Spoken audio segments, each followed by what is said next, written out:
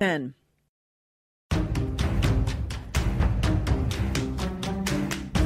Welcome to the Positive Communication Show with your host, Matthew Cooper, where crisis meets communication.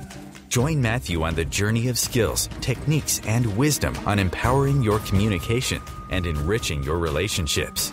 Matthew has been a student and practitioner of self-help skills and crisis communications for over 20 years.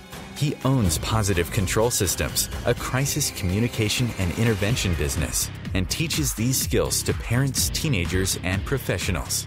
Here is your host, Matthew Cooper.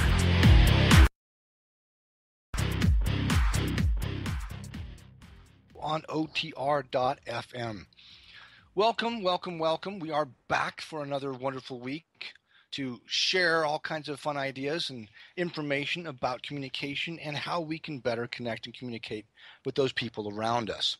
Now, for those of you that are new, awesome. Thank you for entrusting me with these next, how many minutes? About 55 minutes here of the information which I'm going to share on the show. And for those that are returning, thank you once again. I hope you're able to get something out of this show once again that is just as useful as the last one.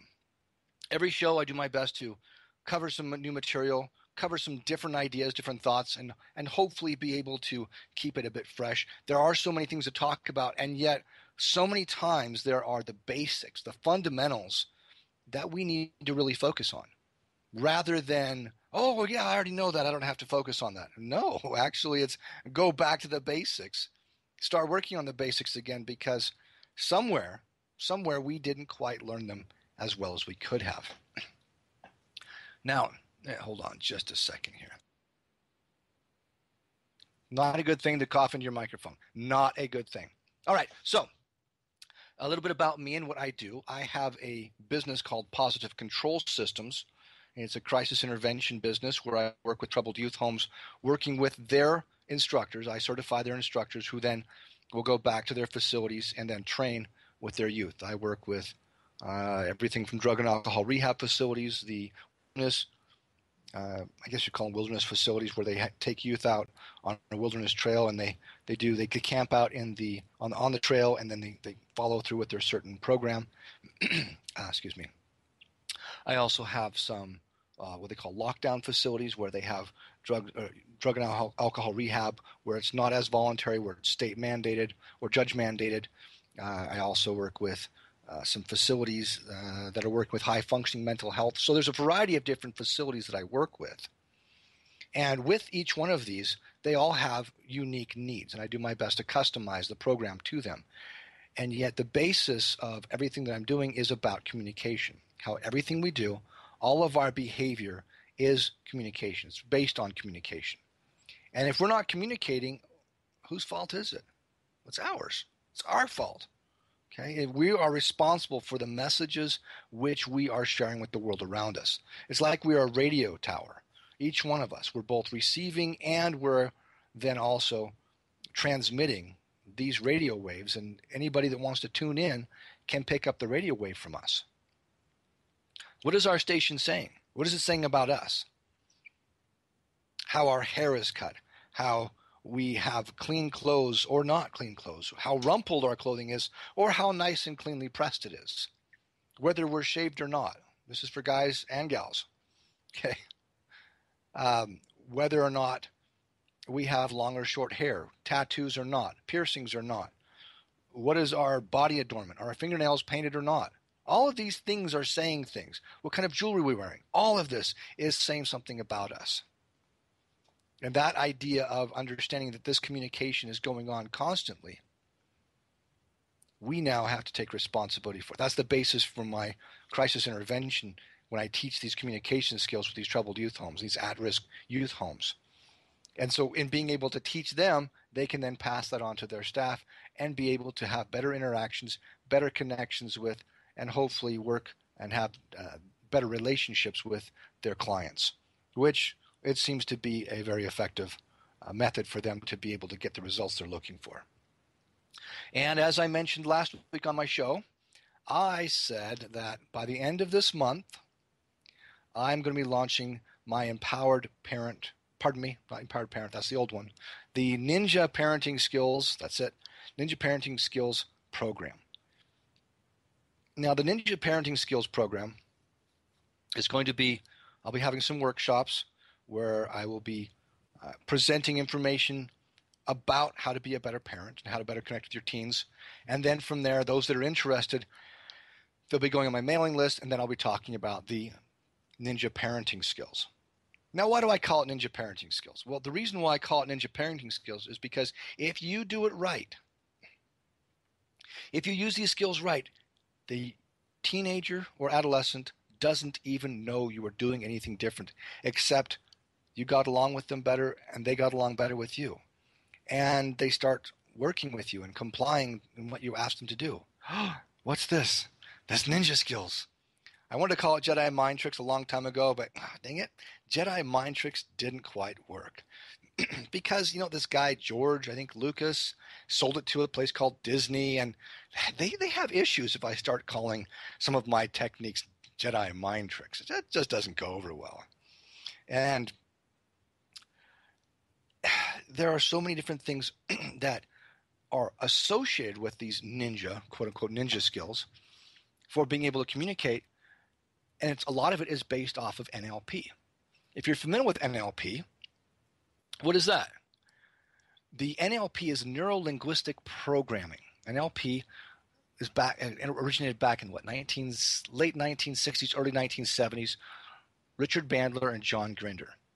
These two gentlemen pioneered the idea of the NLP, taking information from Virginia Satir and what's the other gentleman's name? He did a lot of Milton Friedman. Is that it? Quite a bit of work with the hypnosis, and being able to work with the psychology to try and find out what was working so well with these people and how are they able to get the results they're needing from their patients. Some of them got great results. Others, what's going on? But some of these people were able to consistently get results, and they modeled them, and it was actually pretty interesting how good the results were getting consistently. Just a second. Replying to a listener. Anyway, so with these different individuals with NLP, they were able to get consistent results, and hey, we can model them, use results from that for our stuff. Sweet. And so they've been refining it over the years. And Richard Bandler, he's done some tremendous things. And they recognize certain patterns we have with our communication, one of which is mirroring and matching. If you're familiar with mirroring and matching, great. If you're not, great, because I'm going to tell you about it anyway. Mirroring and matching is being able to understand the body language of another person, how they're going to be responding to you. If you, for example, are standing there with your arms crossed, and then they stand there with their arms crossed, they are mirroring you as if you're looking into a mirror. Very natural, very second nature thing we will do to fit into a group or a crowd. Everybody's standing there with their hands in their pockets. You're going to walk up, stick your hands in your pocket, and say, "What's up?" In high school, I remember very clearly seeing the cowboys. They were wearing their cowboy boots. They had their Wrangler jeans on. They had their hats, they had button-up shirts. Sometimes they wear polo, but they weren't wearing the cotton shirts most other kids wore. The other kids, say the skaters when I was going through, they all had their skater shoes.